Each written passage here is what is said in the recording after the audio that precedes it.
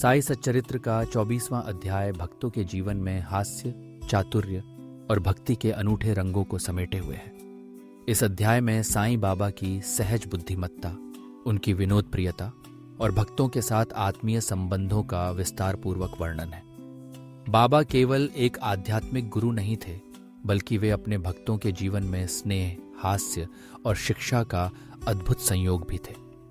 इस अध्याय के प्रारंभ में यह बात स्पष्ट की गई है कि जब तक व्यक्ति अपने अहंकार को गुरु के चरणों में समर्पित नहीं करता, तब तक उसकी किसी भी साधना या प्रयास में पूर्ण सफलता नहीं मिलती। गुरु के प्रति समर्पण ही सच्चे आनंद, शांति और मोक्ष का मार्ग है। बाबा के उपदेशों को सुनना, उन पर मनन करना और उन्हें अपने जीवन में उतारना, यही जीवन की परम उपलब्धि है। साईं बाबा के हास्य और चातुर्य के प्रसंगों में चना लीला अत्यंत प्रसिद्ध है।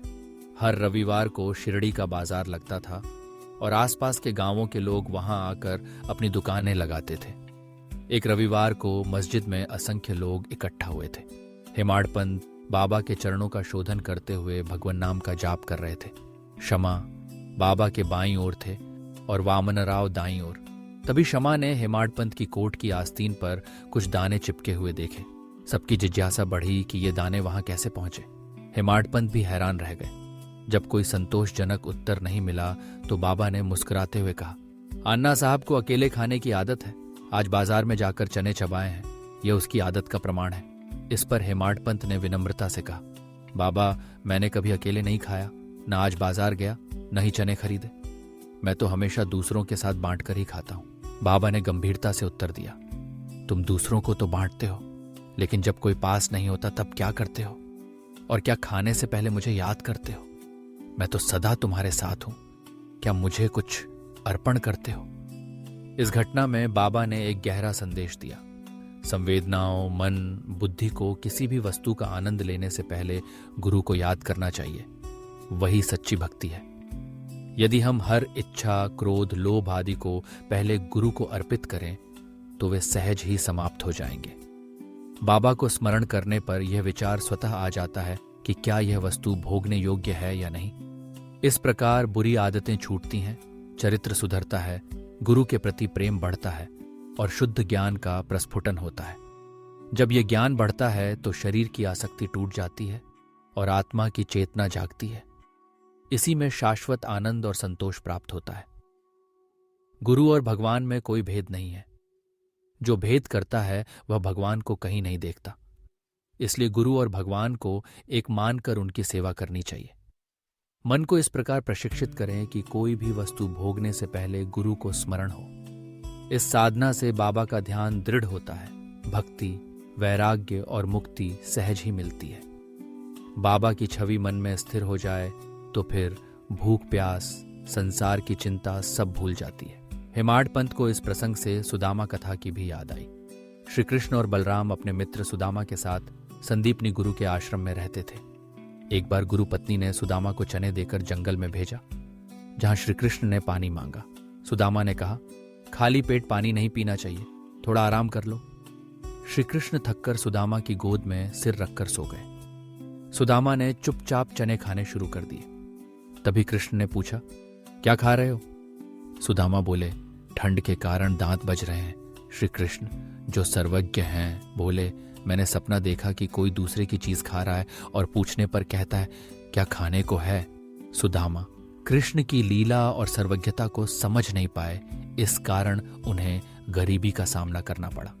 बाद में जब सुदामा ने कृष्ण को अपनी पत्नी के श्रम से अर्जित भुना हुआ चावल भेंट किया तो कृष्ण अत्यंत प्रसन्न हुए और सुदामा को स्वर्ण नगरी दे दी। यह कथा भी यही शिक्षा देती है कि अकेले खाने की आदत त्यागनी चाहिए और भगवान को अर्पण करके ही भोगना चाहिए। शास्त्र भी यही उपदेश देते हैं, पहले ईश्वर को अर्पण करें फिर स्वयं भोगें। बाबा ने भी अपने अनोखे और हास्यपूर्ण शैली में यही संदेश दिया। अन्ना चिंचनिकर और मावसी बाई की था बाबा के चातुर्य और प्रेम का सुंदर उदाहरण है। अन्ना चिंचनिकर सरल, स्पष्टवादी और स्वभाव से कठोर दिखने वाले थे, किंतु भीतर से निर्मल और सच्चे थे, इसलिए बाबा उन्हें बहुत प्यार करते थे। एक दिन दोपहर को अन्ना बाबा की बाईं बांह दबा रहे थे तो दाईं ओर वृद्धा मावसी बाई बाबा की पेट की मालिश कर रही थी। मावसी बाई ने हंसी में कहा, अन्ना तो बहुत लज्जाहीन है, मुझे चूमना चाहता है। अन्ना को क्रोध आ गया। बोले, तुमने झगड़ा शुरू किया है, मैं कोई मूर्ख नहीं हूं। सब लोग इस हास्यपूर्ण विवाद का आनंद ले रहे थे। बाबा, जिन्होंने दोनों को समान प्रेम दिया, ने बीच बचाव करते हुए हंसते हुए कहा, अन्ना, मां को चूमने में क्या बुराई है। बाबा की सौम्य बातों से दोनों शांत हो गए और सभी हंस पड़े।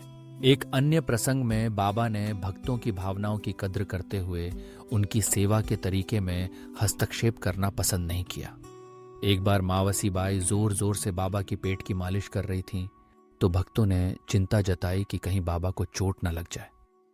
बाबा ने क्रोध में आकर अपनी सटक को जमीन पर पटका, फिर उसे पेट में जोर से दबाया और एक छोर को खंभे से सटाकर दबाते गए। सबको लगा कि बाबा का पेट फट जाएगा।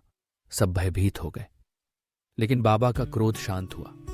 वे फिर से बैठ गए। इस घटना से भक्तों को शिक्षा मिली कि सेवा में किसी के तरीके में दखल नहीं देना चाहिए। बाबा स्वयं सेवा की गुणवत्ता और मूल्य जानते हैं।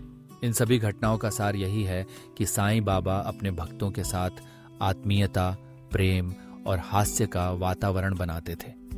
वे अपने हर व्यवहार और छोटी छोटी घटनाओं के माध्यम से गहन जीवन दर्शन और साधना के रहस्य सिखा देते थे।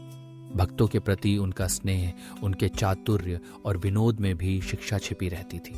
बाबा के साथ बिताए पल भक्तों के जीवन में स्थायी आनंद और शांति का स्रोत बन जाते हैं। अंत में बाबा के चरणों में शीश नवाते हुए यही कामना है, श्री साईं को वंदन, सभी को शांति मिले।